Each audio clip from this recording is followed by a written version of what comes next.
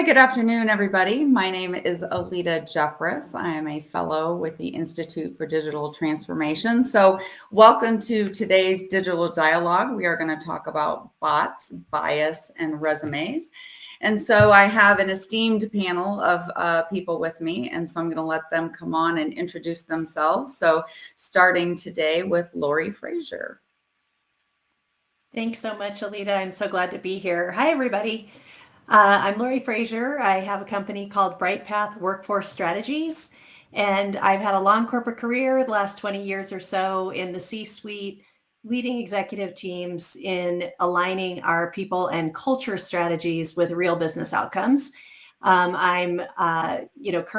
we're helping folks really grapple with this new world of work. We're in a profoundly changed world of work here, and so we're excited to be working with some companies in helping to again align those strategies.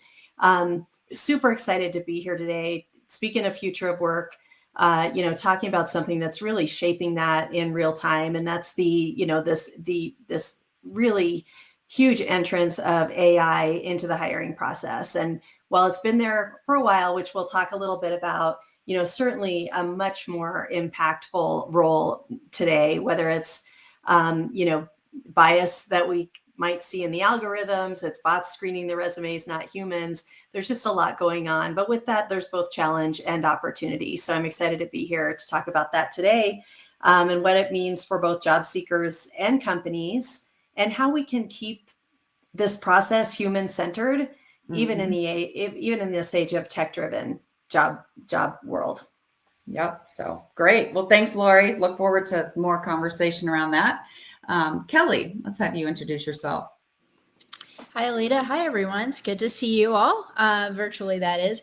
So my name is Kelly Isaac, and I'm an executive technology leader and strategic consultant. I am a leader in transition at this time. Was just recently building a national public health regulatory platform for food safety that runs across all industries, and now have the privilege of being in transition and being an executive looking for an opportunity. And so I'm excited today to talk about, like Lori was saying, some of the bias, the bots, and resumes, and some of those helpful hints that you might find interesting that will, for those of you looking for a job or looking for your next opportunity, how you might take some of our insider hints and help them help you with your journey on finding that next opportunity. But I'm excited to talk about what we're going to be about the bias and bots and resumes and artificial intelligence and how all that makes a difference in your job seek.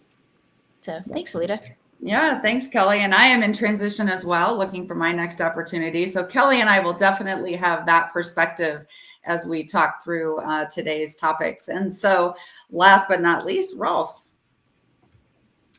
Hey, how's everyone doing? My name is Rolf Kramer, coming to you from Denver, Colorado. Excited to be here. I've been in the staffing industry, specifically IT, for the last 28 years. I currently work for 𝗗𝗶𝗴𝗶, the 𝗗𝗂𝗲 Group. We're the IT division of the Adecco Group, which at any given day is the second largest staffing company in the world. 𝗗𝗂𝗲 is their IT division. We do IT and engineering services. What kind of makes us unique in the marketplace is that we have this ability to compete with the likes of Accenture, Cognizant, Wipro, Capgemini, those companies, but we also have this really robust talent part of our organization. So we're able to staff all our own projects. Yeah, I'm really excited to be here. I'm kind of on the other side of the fence, so to speak, from the job seeker. And of course, as Lori mentioned, there is a lot going on in the AI space for us specifically. So thanks for having me, Alita. I look forward to the conversation. All right. And as we mentioned, this will be very conversational. So if you're watching us online, thanks for joining, and please comment, ask questions. We're happy to address those as we go through today's topics. So first of all, Lori spent some time really talking about, how long has AI been out there? I mean, how long have organizations been using it? to hire and conduct some of those types of activities. So as we think about that, what is really the purpose of AI in the hiring space? So Lori, why don't you kick us off? Let's talk a little bit about that. Yeah, as I think I mentioned in my intro, I've been a chief people officer for most of the last 20 years. So, was involved in a couple of RFPs for hiring systems, and the AI has been out there. It's been out there for a while. Actually, back in the 90s, there was a very early version called Resumex that the company I was with had brought on board. And so, and then it was kind of just a keyword search. It didn't have the intelligence of the algorithms and so forth of today, but it has been around for a while. And, as organizations are constantly looking to be more efficient, being part of the RFP process, what we're looking for is a lot more about, hey, how can I fill more jobs with fewer resources versus it's harder to measure for the purposes of the ROI of an RFP. It's harder to measure the quality of hires, right? And so often, those systems are being purchased based on, hey, how efficient can this make us? And so I think that really speaks to why you still need a human element in the process. Right. Well, and I think that, and I can speak just from having applied to a variety of jobs, even most recently, it always seems that they just go into the abyss. And so even though, we know that AI is needed and there's lots of upside to that, I think that there's different ways that we have to leverage it. So Rolf, you do a lot of staffing and looking for people. So what do you think the pros of AI in the process really are? Yeah, I think at least for our industry,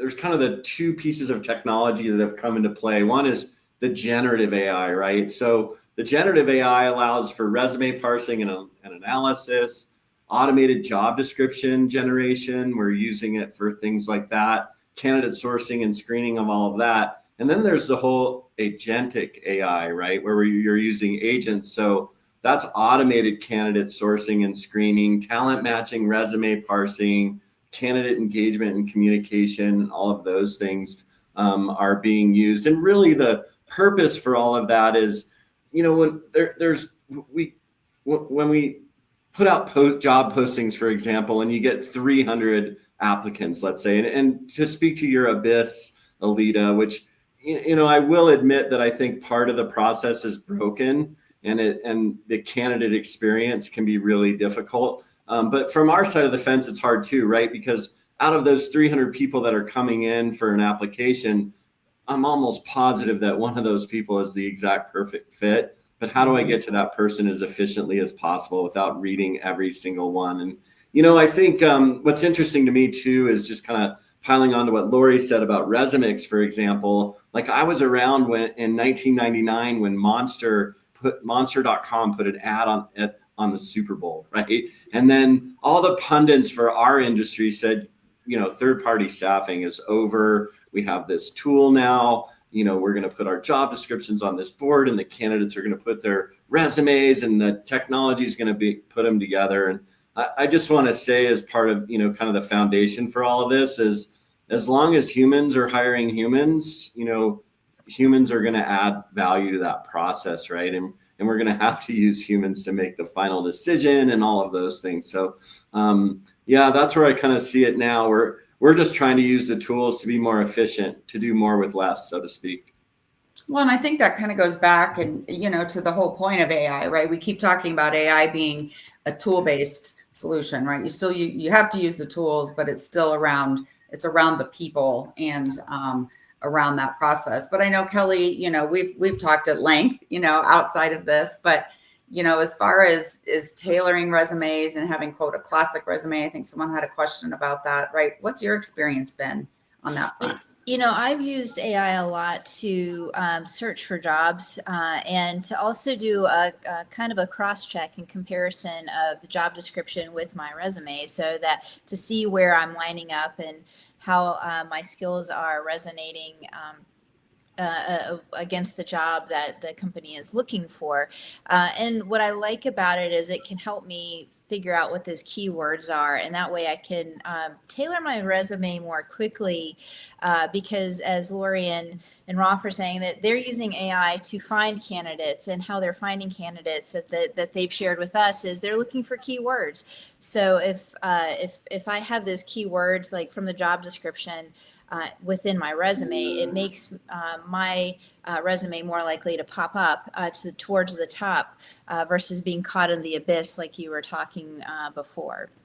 So it reduces the amount of time for me to edit my resume. And make it more succinct in helping get across what, try to identify that information that will hopefully make my my profile, not only for my resume, but for my LinkedIn profile too, because I know that there's a question out there about resumes and LinkedIn profiles or social media profiles.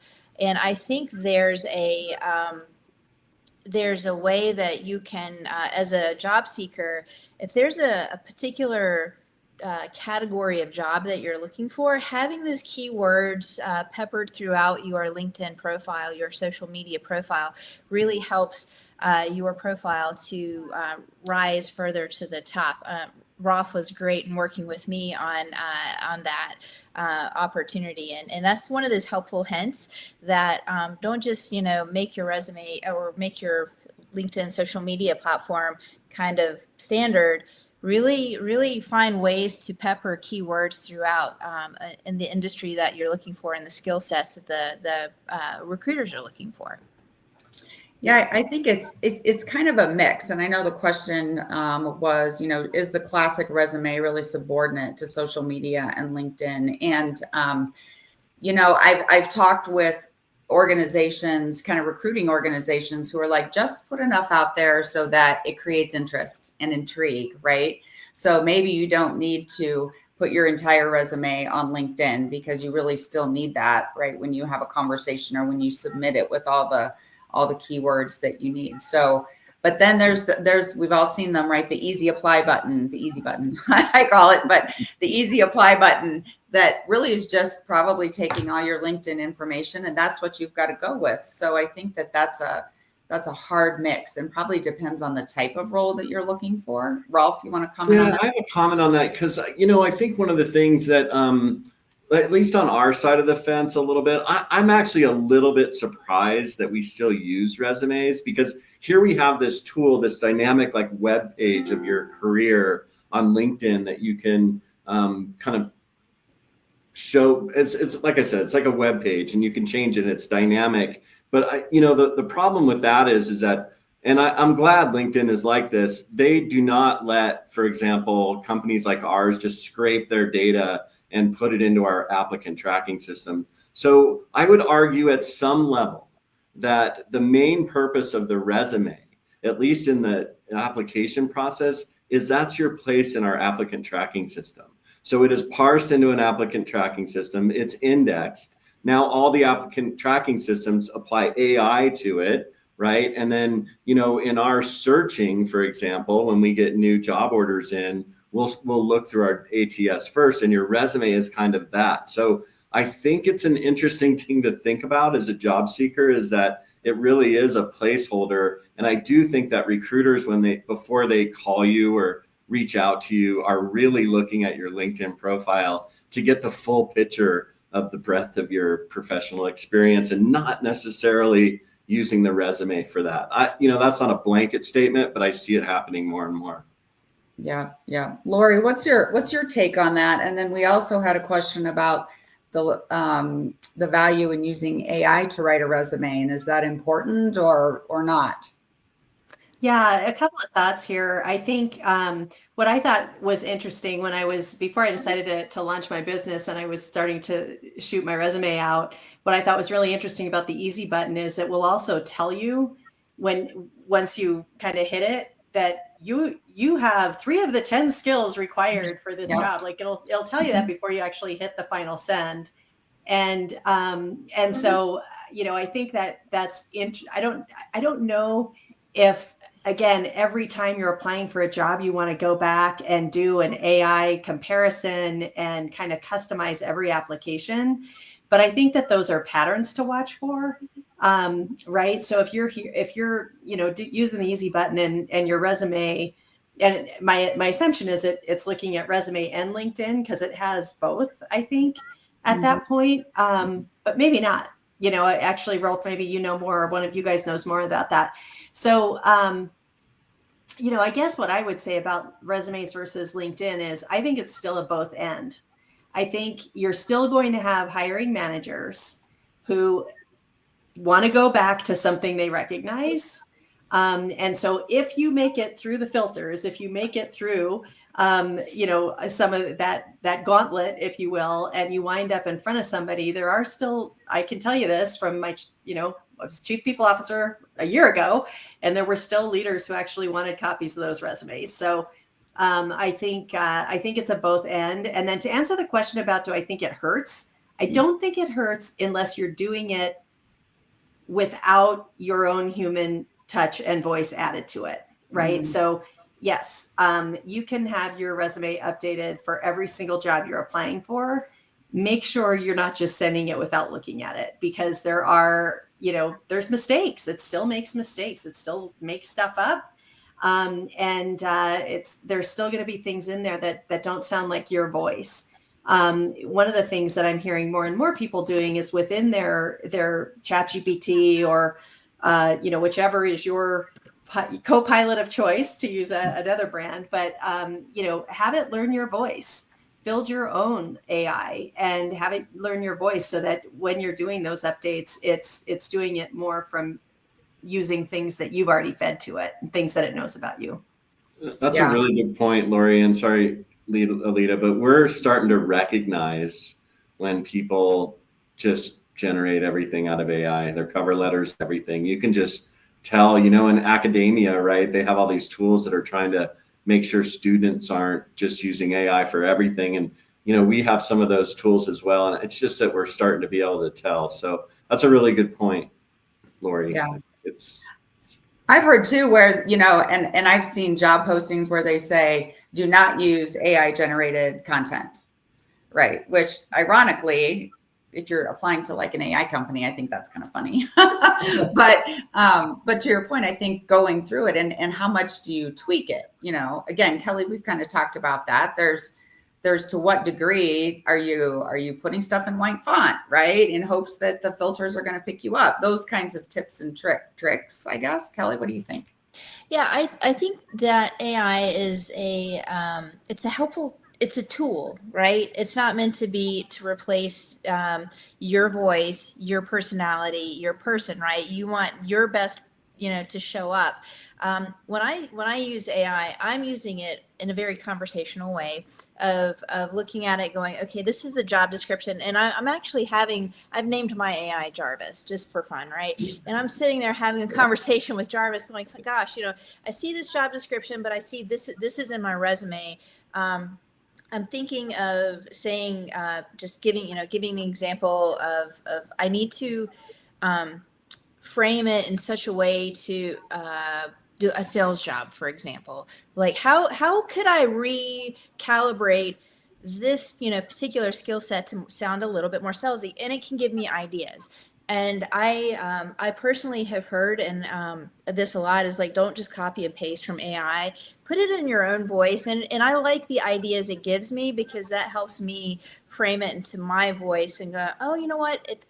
I want to say it that I've led and consulted and helped, create return on investment with certain things. And that would be from the perspective that it had given me some ideas, but I frame it in my own voice and my own words at the end of the day. And I think that's it's helpful to do that because if you're a job seeker, you can get stuck thinking, oh my gosh, I have to have the right thing to say. And you can kind of get, bogged down. And to me, it's another way to just kind of think differently. I have a thought partner. And I think one other way of using AI is, going beyond resumes, but thinking about the job interview. I use the AI to say, hey, tell me some examples of questions that I might be asked that I can prepare for and have my thoughts together on in a job interview. And I think that's been extraordinarily helpful so that I have my thoughts and my ideas down and the key points I want to convey for that particular job. So it's a tool again, not a replacement, right? Yeah. Well, and I think when we talk about, that's great about the questions, and I've done that too. You know, what are applicable questions for a certain role or for a certain company? But, you know, one of the things we talked about when we were preparing for this is just even on the interview, how do you know that you get a real person? You know, so I don't know if you experienced that, Rolf, maybe in the staffing world. I know when I had to hire contractors for a lot, we were all kinds of ways to validate that they were real people, or that person was the person I interviewed was the person who showed up for work. You know, how does AI help or not with that? Yeah, you know, it's a big problem in our industry right now. As a matter of fact, we have a client that's interviewing candidates remotely, and the candidate is told at any time during the number one, no backgrounds. So they want to see that they're in a specific place. But at any time during the interview, what they do is they say, okay, would you please do a 360-degree turn with your laptop? Because they want to make sure that people aren't like standing in front of them, giving them answers.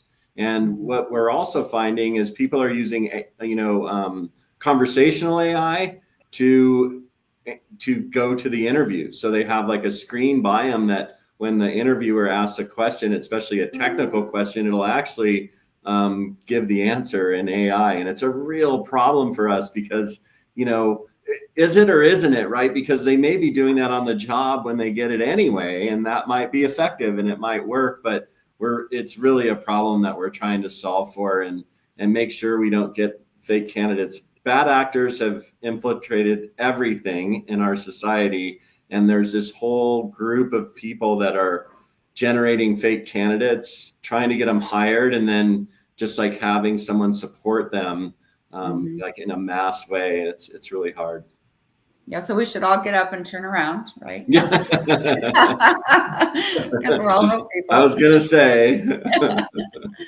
So, you know, another thing that we talked about, Lori, was, and this question actually just came up. So from a resume or even a LinkedIn, we've talked a little bit about age bias. You know, recommendations around that? Should I drop my last job or not put when I graduated from college? You know, what are your thoughts on that? Well, I'll tell you that I took some of that off. I stopped anything prior to 2000. I just wasn't putting on there anymore. As I was looking for jobs in the last, you know, I would say 5 to 10 years. And then also on some of those dates, I think age bias is a real thing. I think it's a real thing in hiring. I think it's a real thing for people, even in their organizations. There's a lot of bad assumptions that are made about people based on their age. Both the young and old right now are being impacted by that, by the way, because there's a lot of stereotypes about our Gen Z population as well, for instance. So I think it's real. I think it's real, and I think we have to be thoughtful about how we present ourselves. Right. And I think it was interesting when we chatted earlier, it was like, so maybe one of the biases that the more experienced people in the workforce might not know enough about new technology or chat or whatever to be able to be as productive, you know, when we're actually probably the ones with the most context around it, you know, so here's how we can apply it, or here's where we think it could be helpful. Here's where it's not helpful. I don't know if any of you want to comment anymore on that type of, I guess it's not really a bias, but that type of situation at work. Well, I also think at the end of the day, I mean, you are the one that shows up, you know, you are your age, right?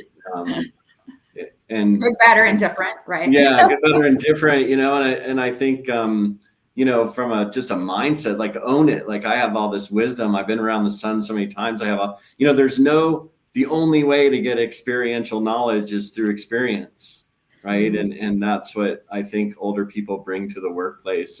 But to Lori's point, it's real. There is age bias. It's definitely out there. I think it's I think it's the wrong way to look at it, but here we are. But again, you're going to have to show up to the job as yourself. You're not going to get any younger as you walk in the door into the interview. So you just have to own it. But to your point, Lori, you want to get that first conversation, right? Then you can really shine. And I think you're doing the right thing with kind of leaving all that off just to get that first conversation, because once you're in the interview, then you can show the hiring manager who you are and what you bring to the value that you bring to the organization. Mm-hmm. Yeah. Kelly, any other thoughts on that from you? Yeah, I think again, Lori said it earlier. It's like it's ageism on both sides, and I think it's I hope recruiters see that there's a lot of wisdom, but I do think that simplify your resume, because what I'm hearing and what I've heard from the recruiters is that they don't really read past the second page most of the time. So, show your best self on the first page and as much as possible. And then, find that cutoff spot, or have a list, of jobs that you had that are relevant or pertinent to the job that you're going for, so that you do have that experience there and can demonstrate the wisdom within your resume.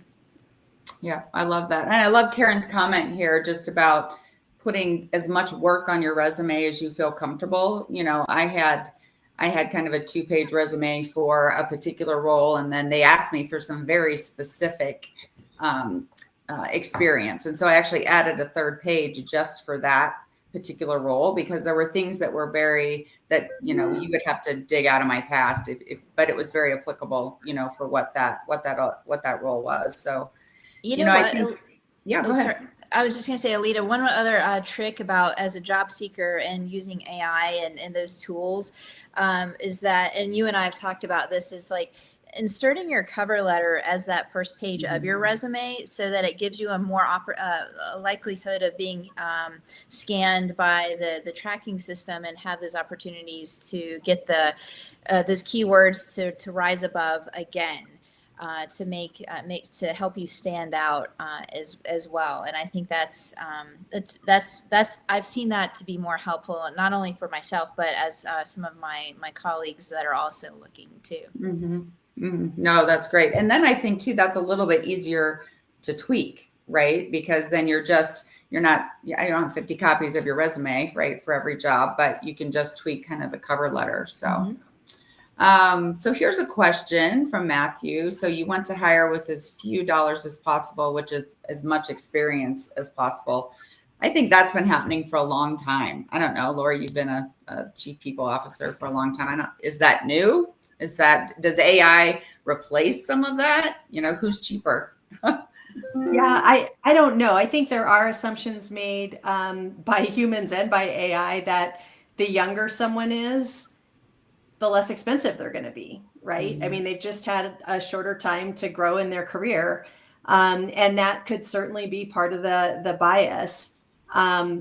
Whether it's ageism or bias based on that, it's, still not great, right? Because as we've been talking about, that experience only comes with time. And so I think it's an interesting question. And I don't know that the answer really matters. Right? That whether the why there's bias doesn't matter as much as the fact that there is.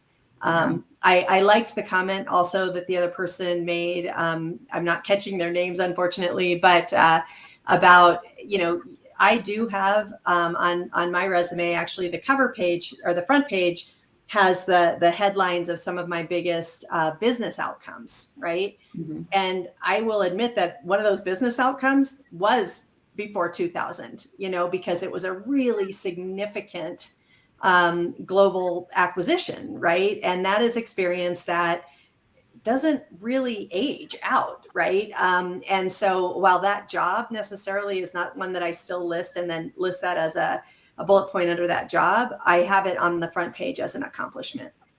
Right. Well, and I think that goes back to just having, again, great timing, some of this functional resume, right? So if you're going to carve out a specific type of role, how much time have you spent with M&A? How much time have you spent, with AI, different things? What has been some experience? I don't particularly have that as in my resume. So, I mean, Rolf, do you look at resume when they come through to you? Does that make a difference if it's functional versus kind of chronological? No, not really. That's not something we really, distinguish. Again, I think at the end of the day, you're looking for the best person for the job. And at least in my industry, right? Like,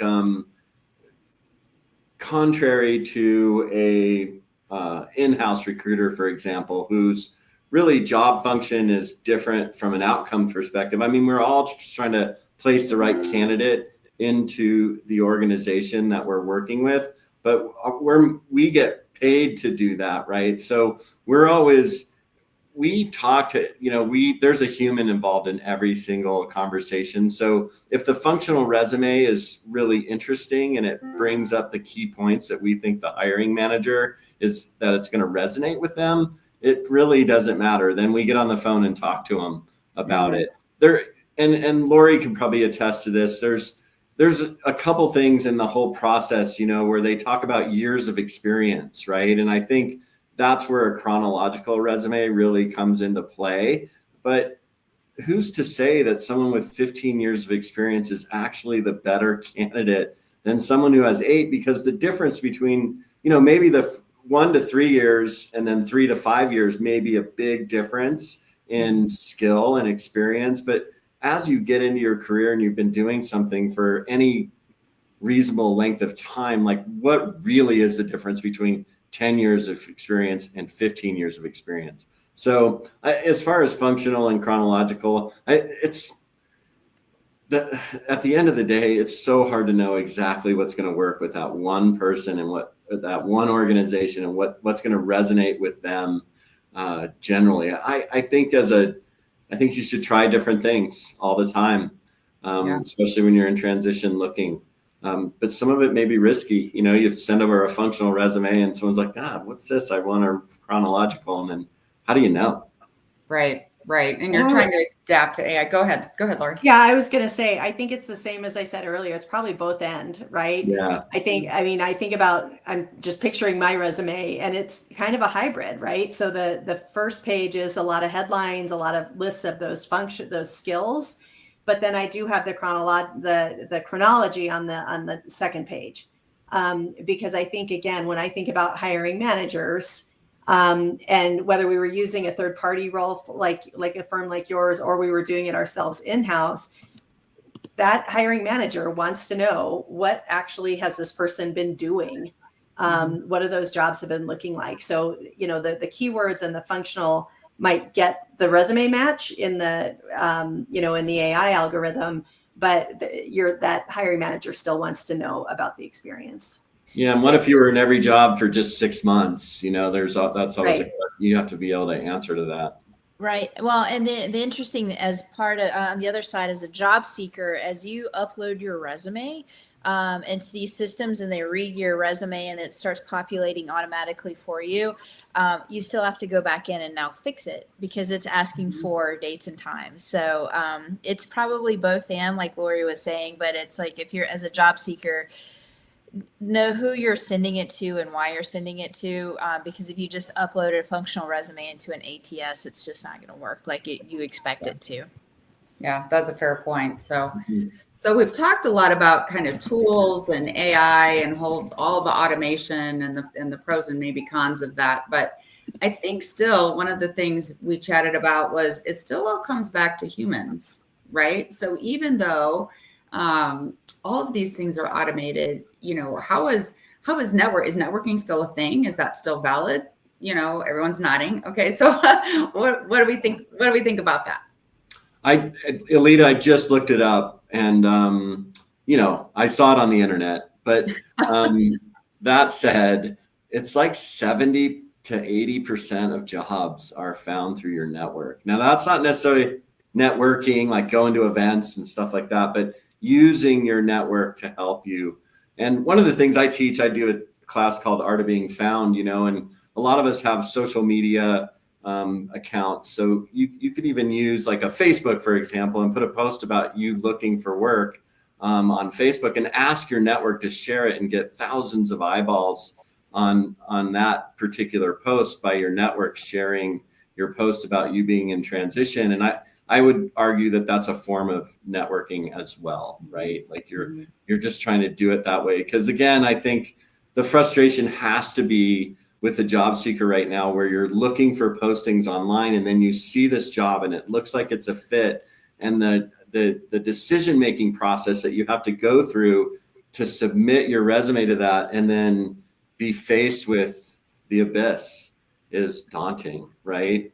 Or I think you get it. I've had it where I get the reject email. Probably it took less time for that than it did for me to do the submission.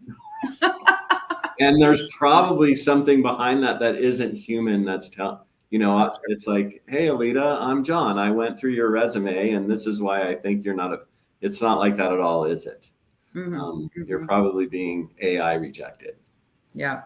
So Kelly, how's networking working for you, or what's your strategy there? I'm grateful to have friends like yourself and others in my network that have been introducing me to others. And what I want to encourage folks that are listening that are job seekers and in transition, many times, and this was guidance given to me, and I want to share it with you all because I think it's super valuable. Many times we get caught up doing our day-to-day job and we forget to network. We forget those relationships, and because you're so busy about accomplishing what you have to do because that's what you're getting paid for. But don't let that go by the wayside. Pick out a person or two a week or a month. Just get a pattern or rhythm of contacting people and just fostering your network. Because if something happens unforeseen that you need to go, either you need to go find a new job, or they maybe have an opportunity that they're like, oh my gosh, that person would be great for this job, and they want it. You want them to think of you. So I know it sounds challenging, but you don't have to make it hard. Just pick a person or two every now and then to reach out and just say hello. It's been a hot minute, and just foster your network because at the end of the day, you can make great connections. People can help you meet other people within their network, a friend of a friend. And it's not always immediate, right? It could be a year or two from now, but at least you're maintaining that rhythm of making connections and creating community, because it will make your job search a little easier. You don't feel like you're starting from scratch because you've got folks coming alongside you to help you out. And Kelly, sorry, Alita, or even an organization, right? Like there are certain people, but maybe an organization like here in Denver, we have the Colorado Technology Association, like get involved with that, or Society for SIM, right? Like get involved with that and stay involved with that and be a part of it. And, I think part of it too, Kelly, to your point, is you're working all day, you're working hard, and you can't wait to get home to your family or whatever, walking your dog. But then you have this event out there that night. I would encourage you to just break through the hard and go to the event, right? Even if you're not in transition, it makes all the difference in the world if you end up as a job seeker, and for a lot of other things. And I also think part of networking is not necessarily thinking about what you can get from your network, but what can you give to your network? That's really important, because then that's how the universe pays you back. It is. And Lori, I know you started kind of your own business here lately. So how did networking play in for that? Networking is absolutely critical for all of us. I was having a conversation with a young person recently who said, "Oh, I hate the word networking. I hate it. I think networking kind of got a bad rap." Remember there were those speed networking events and stuff like that. Like, I think it just wound up getting a bad rap as like this fake set of touch points that we have, and we can say, oh, well, I have 100 connections or whatever. And it's some kind of a contest that way. And she said, I'd rather just say, why don't we just call it relationship building? And I was like, well, call it what you want. Right. But she's right.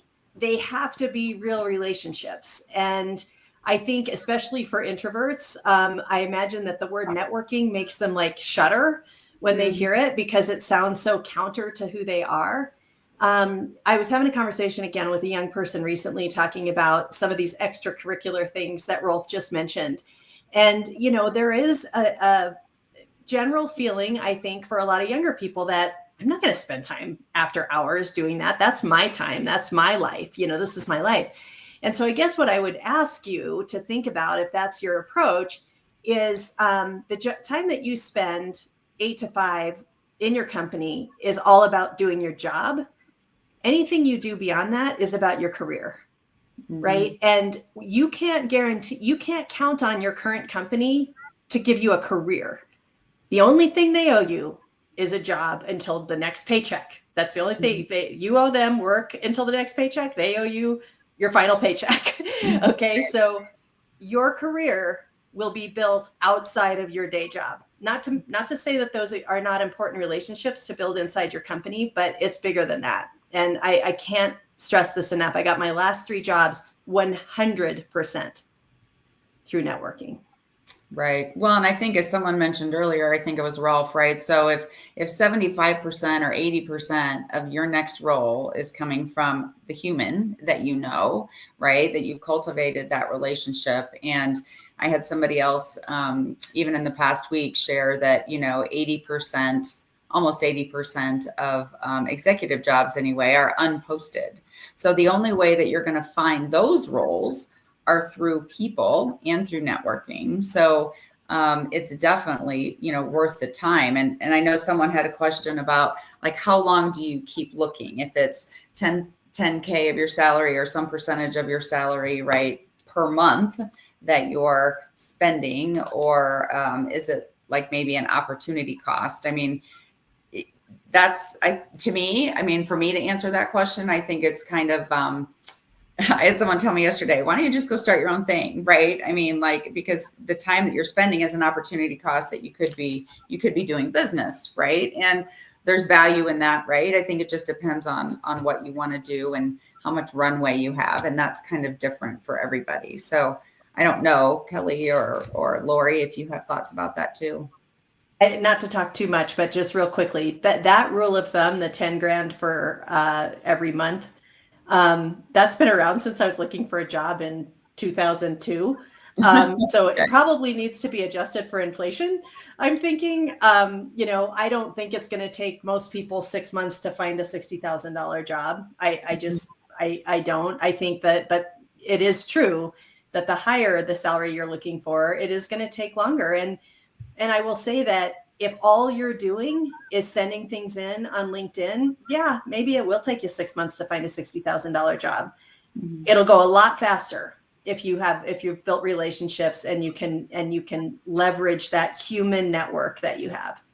Mm-hmm. Yeah, and I think you have to be realistic too. Of again, looking for the position and the salary of what you're trying to achieve, because sometimes there's the depending on, like, if you're looking for an executive position, that job pool is pretty small. So it's, you know, just by nature, it's going to take you a bit longer. So for me to put a dollar amount to a month, that I don't know that that's a great way to look at it from the perspective, you know, because it's like you kind of have to look at the pool that you're playing in, and how many opportunities that you have, because if you want to have that executive position, it is going to take you a while longer, because you do want to find the right job, the right fit, the right company, and the right salary.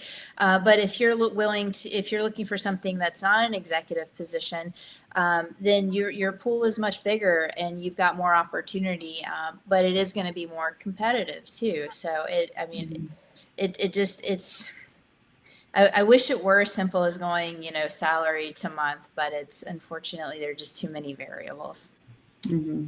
I do want to double click on something that Alita said, and she talked about the not posting the high level jobs. That's absolutely 100% true. Like, if we had a high level executive job, we would never post it. The reason we would never post it is because the volume of candidates that we would get makes it hard. So what do? We search. right? And I think you guys know this because you know me, but the question I ask every job seeker is like, hey, if a recruiter has your dream job on their desk and they go to LinkedIn Recruiter and build a search to try to fill it, does your name come up? I mean, being found is 100% your responsibility. All we can do is create good search strings for that, right? And I think without going through the whole thing, I think when you're building your LinkedIn profile, you have to kind of sit in the seat of the person that's running the algorithm room at LinkedIn Recruiter, right? Like, who would they serve up to their customers? Because that's an $8 billion line of business for LinkedIn, is for them to, serve up to their customers the candidates that they need to fill their roles. So always keep that in mind with your LinkedIn profile, being good at being found. And that's just an SEO optimized lens to your profile. But I think that's even, that's even a skill set now you have to learn almost, is like, how do I make sure it's not just, back in the day, you could kind of call up, it was still networking, but you kind of called up your friends and you said, oh, I want to come work with you. And they're like, okay. And, that took about 2 weeks. Right. And that's kind of how it rolled. But now it's just much more a process, much more layers, harder to get through. People are slower, I think, in general. That's been my observation, whether that's hiring, even with AI, even if it ends up somewhere, it still just seems like the process just takes a long time. So I think there's other factors there. To answer Deidre's question, let's talk about that for a minute. So what questions do you ask yourself to find what is the right fit when reflecting on your career journey? I'll say for me, it's been an opportunity to kind of take a step back and say, really, like, I've had a variety of roles. I've been very fortunate, but what am I really good at? Right? Here are the 3 or 4 things I'm really good at. Here are the 3 or 4 things I really like to do. Or maybe here are the 3 or 4 things I want to do next. And now's a good time to invest in myself and say, maybe I really want to look more on what's it look like to be on a board, or I really want to do a really deeper dive into AI. And, how can that be leveraged for so many different things? Because there's still so many companies that just struggle with that on all kinds of fronts. But anyway, so, I've kind of used it to really take a step back and look at those things and say, what do I really want to do? And that can be hard. That's kind of a hard thing to reflect on while you're still need money coming in the door. So, and one of the ways to do that, Alita, too, is, as you mentioned, be really introspective, is to, when am I in the zone at work? Like, when do I have this feeling like, wow, this is really great. I really like this. And then you have to be realistic to know that your work life isn't going to be like that all the time, but try to find that career where you're like doing that a lot. Right? Like, you're doing those things a lot, whether it's mentoring people or being in front of clients or solving problems. When you're really in the zone, you should try to find a place where you can do that a lot. Yeah. And I would say it definitely be reflective, and explore, like, what do you really focus on, really like doing. Just because you're good at something doesn't mean you necessarily like doing it. So and so I would say, just definitely, what do you get excited about? Where do you lose time when you're working? Where do you lose time? Because that's usually where you're kind of in your happy spot. So figuring those types of activities out really will help you zero in the type of job that you'll want to enjoy and doing every day. Yeah, I agree. And So I'll add one more quick idea to that, Deidre. Use AI. Ask AI, say, AI, interview me and ask me questions one at a time to explore when I felt most fulfilled, when I feel I've been adding the most value, when I'm in my zone, right? And AI can actually help you get more clarity for yourself when you're sort of forced to think about that and answer it. And then it'll keep building on it as it asks more questions. Well, and I'll say, so I've used AI, right, to redo cover letters and redo my resume and bios and things like that. Well, now that all of that's in there, I've done that. I've said, tell me what the top 4 types of roles would be for me.